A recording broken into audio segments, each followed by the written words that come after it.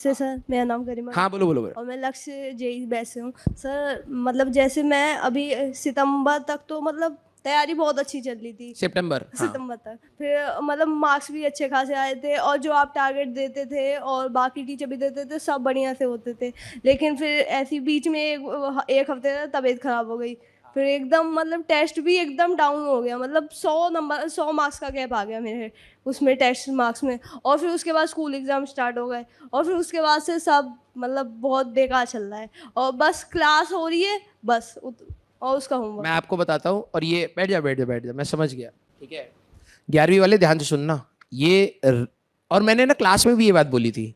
अभी देखना दिवाली खत्म होगी ना, उसके बाद का माहौल 12वीं क्लास के बच्चों के लिए, और 11वीं तुम्हें तो अभी पता नहीं चलेगा, तुम नोटिस करना ये चीज। और जितने भी है ना अपने सीनियर्स, अगर हो पाए नंबर एक्सचेंज कर लेना, पूछना ये चीज। दिवाली खत्म होने दो बेटा, मातम का माहौल होएगा। ठीक है, रीजन इसलिए नहीं है, एक्चुअली में क्या है ना, ये जो फेस्टिव सीजन है दैट गिव्स यू एनर्जी। मैं इसलिए अपने बच्चों को कहता हूं कि कभी फेस्टिवल हो एंजॉय करो, राइट।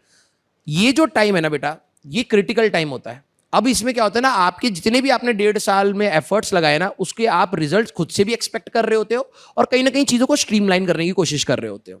अब क्या होता है, अगर आपकी तबियत खराब हुई, मैं क्लास में बोलता हूं बेटा अपनी तबियत का ध्यान रखो, क्योंकि यहां पर आपके 2-3 दिन गए ना, तो वो आपकी पूरी मेंटेलिटी खराब करते हैं। ठीक है, आपको ऐसा लगता है यार आप बहुत पीछे हो गए, लेकिन होता कोई नहीं है, हर कोई परेशान है यहाँ पर। सब बैठे हैं ना अपनी प्रॉब्लम लेकर के आराम से, हर कोई परेशान है।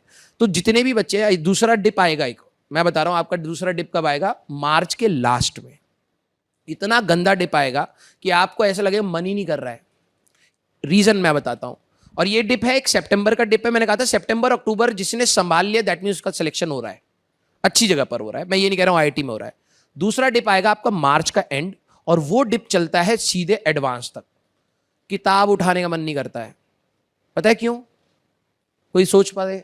ये साइकोलॉजी है। क्यों ना, आप इस टाइम से स्ट्रेस लेना स्टार्ट कर रहे हो, क्योंकि अब स्ट्रीमलाइन हो रही हैं चीजें, और आप 6-7 महीने तक उसी स्ट्रेस में हो। आपको अभी अभी देखना क्या होगा, अभी प्री बोर्ड्स आएंगे, फिर उसमें 11th का रिवीजन का वो लोगे, ऑल इंडिया टेस्ट सीरीज का आप सोचोगे, फिर उसके बाद आपके जेई मेंस आ जाएगा, बीच में प्रैक्टिकल्स आ जाएंगे, फिर बोर्ड्स आएंगे, फिर आपके जेई मेंस आएंगे। इतने में ड्रेन्ड आउट हो जाते हैं बच्चे। ड्रॉपर्स, अगर ये बाद में वीडियो निकलती है, अगर ड्रॉपर कोई सुनेगा तो कमेंट्स पढ़ना उनके।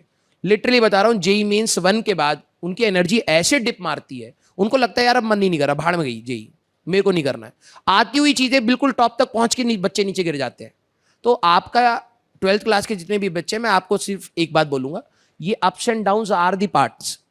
ठीक है, अभी आप डाउन गए हो ना, तो स्टे मोटिवेटेड कि यार नीचे नहीं जाना है भाई, यहीं से तो पुल करना था हमें। तो 10 दिन खराब हुए कोई दिक्कत नहीं, इसको कवर अप करेंगे। अगर यहां पर छोड़ दे तो और नीचे गिरना है, और यहां ग्राफ बहुत जल्दी गिरेगा। ठीक है, बहुत एफर्ट्स लगेंगे रोकने के लिए। तो आप ये मान करके चलो, सर ने ये बात बोली थी यार, यहां तो एफर्ट्स लगाने की बात थी ना, मैं कम क्यों कर रही हूं? और मैं वो नेगेटिव पॉइंट सोच करके क्यों कम कर रही हूं? पॉजिटिव पॉइंट सोच करके करते हो भाई। अभी भी 4-5 महीने जो हमारे पास है, इनमें बहुत सारे बच्चे गिव अप करेंगे। लिटरली बता रहा हूं, बहुत बच्चे गिव अप करते हैं। ठीक है, 11वीं क्लास के बच्चे भी एनर्जी से आएंगे, आखिरी तक आते आते सेचुरेट हो जाएंगे, राइट। तो अभी आप ये सोचो कि भाई this is the right time, चीजें खराब हो रही है, बहुतों के लिए हो रही है। ठीक है, यहीं से सुधारना है। ठीक है, तो स्टे मोटिवेटेड बेटा। ठीक है।